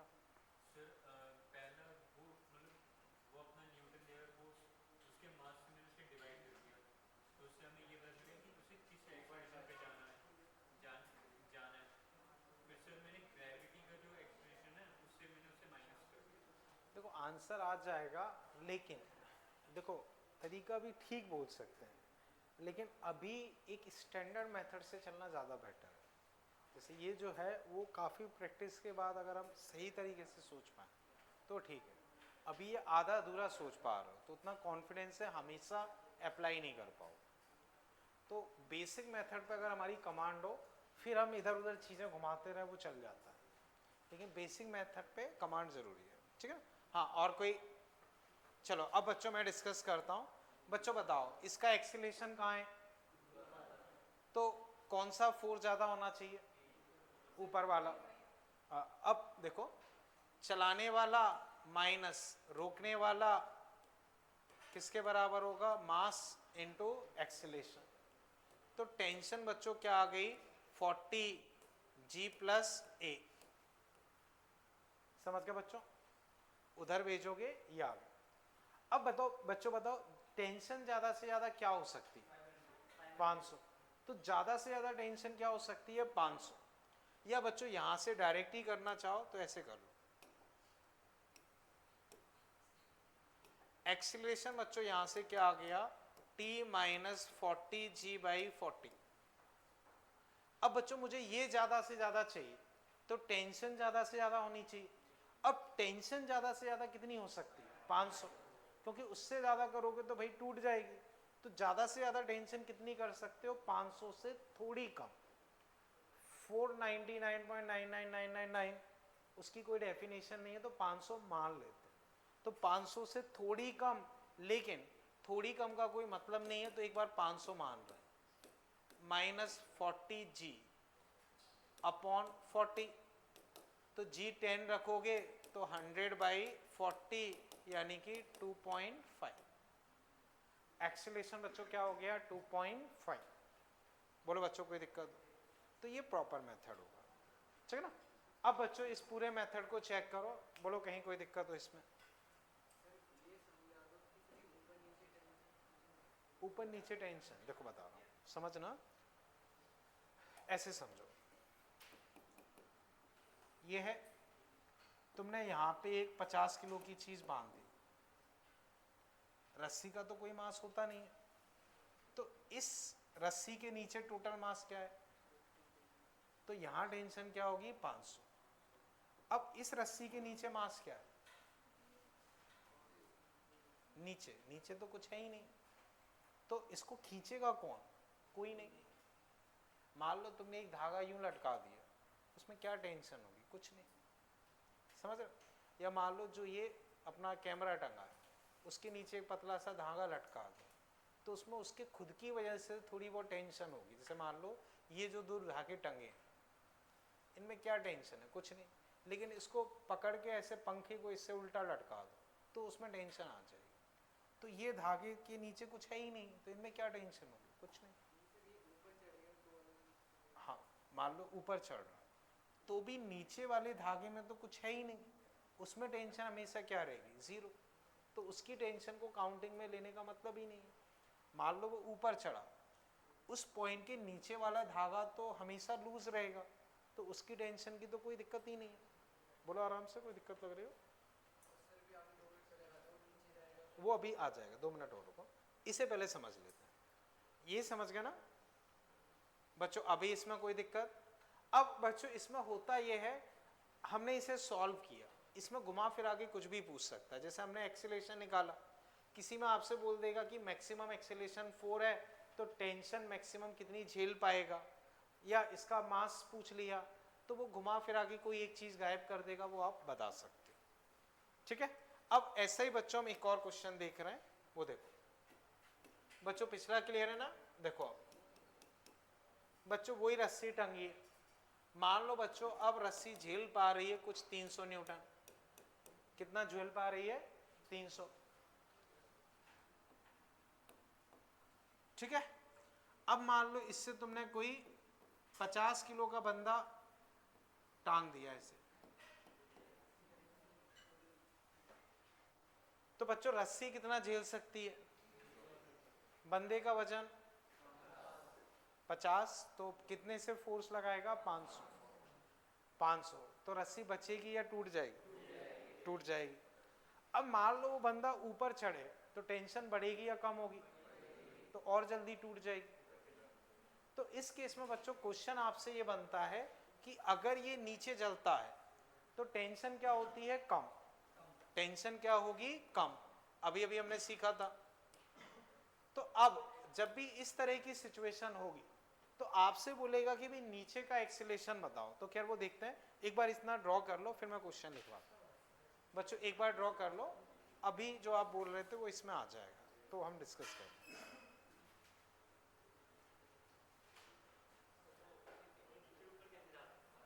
कौन बंदा? नहीं वो ठीक है, ऐसा नहीं है कि वो ऑलरेडी मूव करता हुआ दिखाते हैं, शुरू से ही मूव कर रहा, ठीक ना? अब ऐसे पकड़ के रखेगा तो इंस्टेंटली टूट जाएगी। पर एक ही क्वेश्चन ऐसे बनते हैं तो हम कभी क्वेश्चन की वैलिडिटी चेक नहीं करते, ठीक है ना? हाँ तुम कुछ आंसर अभी नहीं, आंसर नहीं। ओके ओके बच्चों, अब इस केस में क्या है? रस्सी टूट सकती है, रस्सी टूट सकती है। तो इसमें बच्चों ये पूछा जाता है कि भाई आप नीचे किस एक्सीलरेशन से चलो कि भाई रस्सी सेफ रहे। तो अब बच्चों इसमें क्वेश्चन ये लिख लो, find minimum value of acceleration, find minimum value of acceleration, find minimum value of acceleration so that string not break, find minimum value of acceleration so that string not break, find minimum value of acceleration so that string not break। Question समझ गए? अब बच्चों थोड़ा सा रुको, जब मैं पूछूं तब बताना। हाँ ठीक है आपका, अब आप क्या बोल रहे हो? बोलो। ठीक है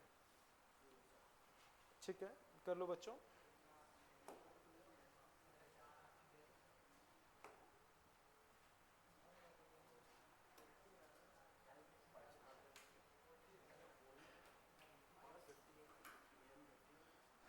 कर लिया? और कोई जिसका आंसर आया हो? देखो उतना प्रैक्टिकली नहीं सोचना, क्वेश्चन के हिसाब से ही सोचना है। और कहीं चलो बच्चों अब देखते हैं। बच्चों एक्सीलरेशन नीचे की तरफ होगा, तो इन दोनों में बताओ कौन ज्यादा होगा? इन दोनों में कौन ज्यादा होगा? नीचे वाला। तो नीचे वाला चलाएगा, ऊपर वाला रोकेगा। Mass into acceleration. अब एक्सीलरेशन बच्चों यहाँ पे 50g माइनस टी अपॉन 50। अब बच्चों ये मिनिमम चाहिए, ये मिनिमम चाहिए, तो ये मिनिमम चाहिए तो ये ज्यादा से ज्यादा होना चाहिए, ये मिनिमम होना चाहिए तो ये ज्यादा से ज्यादा होना चाहिए। अब रस्सी ज्यादा से ज्यादा कितना झेल पाएगी? 300। तो अगर मुझे एक ही मिनिमम वैल्यू चाहिए तो 500, ये 300 और ये 50, तो 200 बाई 50 यानी कि 4। तो इसका क्या मतलब है बच्चों? अगर 4 या 4.1, 5, 6, 7 उस एक्सीलरेशन से वो नीचे आ रहा है तो सेफ रहेगा। 4, 4.2, 5, 6, 7 उससे नीचे आ रहा है तो वो सेफ रहेगा। अगर वो 3.9, 3.99, 3.5, 2.5 से जा रहा है तो वो अनसेफ रहेगा या रस्सी टूट जाएगी। तो उसको नीचे जाने का कम से कम 4 एक्सीलरेशन होना चाहिए, तब जाके वो सेफ रह पाएगा। ऐसे बच्चों पिछले वाले क्वेश्चन में आंसर क्या आया था? 2.5। तो उसमें अगर वो सेफली ऊपर चढ़ना चाहता है तो 2.4, 2.3 टू 1.8 से चलेगा, सेफ रहेगा। लेकिन 2.6, 3, 3.5 से जाएगा तो रस्सी टूट जाएगी, वो सेफ नहीं रहेगा। हाँ, ऊपर एक्सीलेट करने के लिए, नीचे तो कैसे भी जाए वो सेफ ही रहेगा उस केस में। समझ गए ना? समझ गए बच्चों? इस पैटर्न के क्वेश्चन समझ पाए? अब बच्चों जो मैंने सीट तुम्हें दी है उसमें 45 नंबर क्वेश्चन देखो।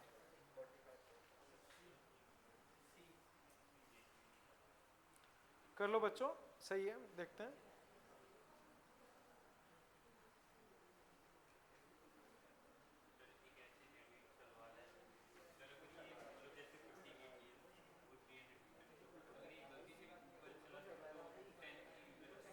गलती से ऊपर क्या, वो रुक जाएगा तो भी टूट जाएगी, क्योंकि 300 झेल सकता है। अगर वो रुक गया तो अचानक ही 500 टेंशन हो जाएगी, वो टूट जाएगी, रुकने पे ही टूट जाएगी।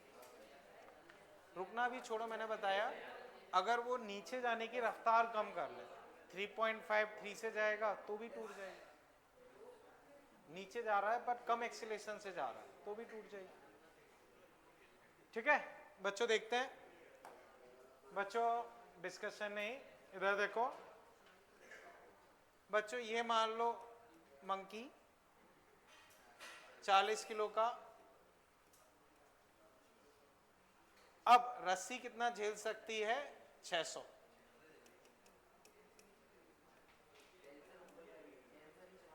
टेंशन हमेशा बॉडी से दूर ही लगती है, कभी नीचे नहीं लगेगी, मतलब डिपेंड, बॉडी ये है तो इससे दूर ऐसे ही लगेगी। अब समझो, which of the following case will the rope break the monkey, in which of the following cases will the rope break the monkey? बच्चों कुछ गलत लिखा है, will the monkey break the rope होना चाहिए, ठीक है ना? तो बच्चों वो लैंग्वेज एरर है, ठीक, समझो। तो बच्चों किस केस में रस्सी टूट जाएगी? बच्चों आप इधर आ जाओ, बच्चों आवाज बंद, बच्चों इधर, आस्था, ठीक। अब इधर देखो बच्चों, क्वेश्चन में थोड़ी सी लैंग्वेज एरर है, होना ये चाहिए किस केस में मंकी रस्सी को ब्रेक कर देगा, मंकी रस्सी को ब्रेक कर देगा। अब समझो बच्चों, 400 अगर ये पकड़ के खड़ा रहेगा तो नहीं टूटेगी, नीचे जाएगा तो भी नहीं टूटेगी, ऊपर जाएगा तो टूट सकती है। तो अब कब टूटेगी? तो 600 चलाएगा, 400 रोकेगा, मास इनटू एक्सीलेशन, एक्सीलेशन बच्चों 5, तो 5 से थोड़ा भी ज्यादा एक्सीलेशन होगा तो टूट जाएगी, 5 से थोड़ा भी ज्यादा एक्सीलेशन होगा तो टूट जाएगी। अब देखते हैं, क्लाइम अप विथ एक्सीलेशन 6, सही है, टूट जाएगी। क्लाइम डाउन तो कभी नहीं टूटेगी। क्लाइम अप 5 से, वो याद रहे वेलोसिटी है बच्चों, ध्यान से देखना, वो मीटर पर सेकेंड वेलोसिटी है। वेलोसिटी का मतलब हुआ एक्सीलेशन 0, एक्सीलेशन 0 मतलब 400 ये है, तो टेंशन कितनी होगी? 400। याद रहे थर्ड ऑप्शन में वेलोसिटी है, वेलोसिटी, तो उस केस में एक्सीलेशन 0, अगर इसका वजन 400 है तो ऊपर टेंशन क्या होगी? 400, तो वो गलत है। फॉल डाउन तो नीचे आने से तो कुछ होगा नहीं, तो आंसर बच्चों कौन सा सही हो जाएगा? ए। तो इस सिचुएशन में बच्चों आंसर क्या हो जाएगा? ए। कोई दिक्कत? अब बच्चों इसमें एक बार 44 रीड करो, अटेम्प्ट करो, मैं डिस्कस करता हूँ। ये एक अच्छा क्वेश्चन है, फिर मैं डिस्कस करता हूँ, करो बच्चों। 44 इधर बच्चों सेल्फ से अटेम्प्ट करें, आवाज नहीं करें।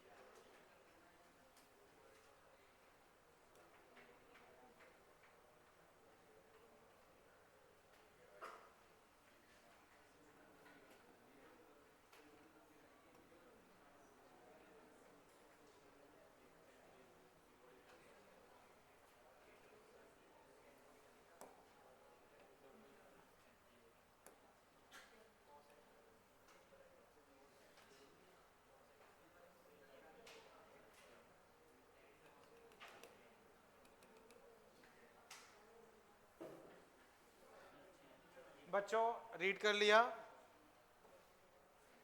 बच्चों अच्छा क्वेश्चन है, एक बार मैं डिस्कस कर रहा हूं, आप लोग समझो, ठीक है? बच्चों क्वेश्चन में क्या पूछा है, आपको इन एंड पॉइंट पे टेंशन निकालनी, इन एंड पॉइंट पे टेंशन निकालनी। क्वेश्चन समझ गए? बच्चों ये एंगल तुमको दिया है थीटा और ये एंगल भी क्या दिया है, थीटा। इसका खुद का वेट क्या दिया है, डब्ल्यू। तो बच्चों अब समझो, ध्यान से देखो, दोनों तरफ एंगल इक्वल है या नहीं है? इक्वल है। तो बच्चों थोड़ा सा सिमेट्री हम लगा सकते हैं कि दोनों में टेंशन क्या होगी, सेम। अब बच्चों यहां मान लो कोई हुक होगा, तो रस्सी, ये भारी रस्सी है, भारी रस्सी है, तो वो हुक को ऐसे खींचेगी, तो हुक रस्सी को किधर फोर्स लगाएगा, इधर। तो हुक पे, हुक इसको कहाँ खींचेगा, इधर। ऐसे इधर वाला जो हुक लगा होगा वो कहाँ खींचेगा, ऐसे। क्लियर है बच्चों? कोई दिक्कत बच्चों? ठीक है। अब बच्चों ये एंगल थीटा है, तो बताओ ये क्या होगा, ये क्या होगा? अब जहां एंगल टच हो वो कॉस, इधर साइन, ऐसे इधर कॉस, इधर साइन। तो रस्सी को बच्चों अगर हम देखें, इधर कॉस, इधर साइन, इधर कॉस, इधर साइन। अब बच्चों ये ऐसे ऐसे मूव कर रही है क्या, तो ऊपर वाला फोर्स किसके बराबर होगा, नीचे वाले के। ऊपर वाला फोर्स नीचे वाले के, तो ऊपर वाला क्या हुआ, 2t साइन थीटा, और नीचे क्या है, तो t यहां से बच्चों क्या आ गया, w/2 साइन थीटा। समझ गए बच्चों? और यही हमसे पूछा कि भाई एंड पॉइंट पे टेंशन क्या होगी, एंड पॉइंट पे टेंशन क्या होगी। तो बच्चों w/2 साइन थीटा यानी कि w/2 कॉसेक थीटा। आंसर बच्चों अपने पास ए आ जाए। बोलो कोई दिक्कत हो? ठीक है ना? एक बार बच्चों इसे करो, फिर मैं इसमें एक पार्ट और देता हूं, वो करना, पहले ये करना। इसमें कहीं कोई दिक्कत लग रही हो तो बच्चों वो पूछो। समझ गए ना बच्चों? बच्चों डिस्कशन नहीं करें, कोई डाउट हो तो पूछ लो।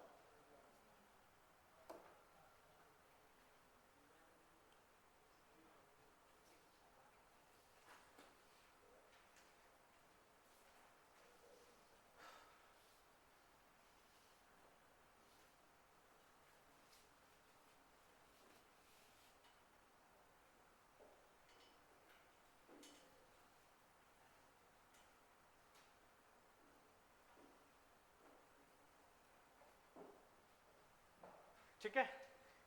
अब बच्चों एक बार मैं फिर बता रहा हूं, टी इधर, theta cos theta, cos theta sine theta, sine theta. Total ऊपर की तरफ 2t साइन थीटा किसके बराबर, w। तो t यहां से क्या हो गया, w/2 sine theta. Sine theta को ऊपर ले जाओगे तो यही बन जाएगा w/2 कॉसेक थीटा। ठीक है। अब इसी में बच्चों एक बार आप सेकंड पार्ट कहीं उसमें लिख लो, सेकंड पार्ट ऐसे लिख लो। ठीक है बच्चों, ये हमने टेंशन कहां निकाली थी, इन एंड पॉइंट पे। इसमें बच्चों लिख लो, find tension at bottom most point, find tension at bottom most point, find tension at bottom most point. ये हमने कहां निकाला था, टॉप मोस्ट पॉइंट पे। अब बच्चों कहां निकालना है, बॉटम मोस्ट पॉइंट पे। कहां निकालना है, बॉटम मोस्ट पॉइंट पे। तो बच्चों अब सोचो बॉटम मोस्ट पॉइंट पे टेंशन क्या होनी चाहिए। आंसर तो हो सकता है उसमें से कोई मैच ना करे, सी आप बोल लो, नहीं होगा। हाँ, और आंसर उसमें से नहीं होगा, अपने हिसाब से सोचो, हो सकता है उससे हो जाए पर नहीं। हाँ बोलो, तुम बोलो क्या चीज। हाँ बोलो बच्चों। सर इसका और इसका टेंशन इक्वल हो जाएगा। हाँ वो तो इक्वल है ही, T cos theta T cos theta. अब सोचो बच्चों, मैं डिस्कस करता हूं, समझो बच्चों, ध्यान से समझना। यहां टेंशन मान लो टी डैश या टी डैश,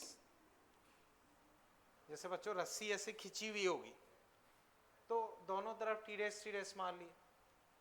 अब बच्चों रस्सी अगर ऐसे मूव नहीं कर रही तो इसको ये बैलेंस कर लेगा, इसको वो बैलेंस कर लेगा। या बच्चों ऐसे समझो, इस रस्सी का खुद का वजन है, रस्सी का खुद का वजन है, तो रस्सी का mg नीचे की तरफ लगेगा, तो जो ये वाला कंपोनेंट है उस पर फर्क नहीं पड़ेगा, उस पर फर्क नहीं पड़ेगा। तो यहाँ बॉटम मोस्ट पॉइंट पे रस्सी हॉरिजॉन्टल है, तो टेंशन उस हॉरिजॉन्टल कंपोनेंट की वजह से आई। तो बॉटम पे अगर मैं लिखूंगा तो वो ये हॉरिजॉन्टल कंपोनेंट हो जाएगा t cos थीटा। t बच्चों हम पहले ही निकाल चुके हैं, w/2 sin theta into cos theta, तो w/2 cot थीटा।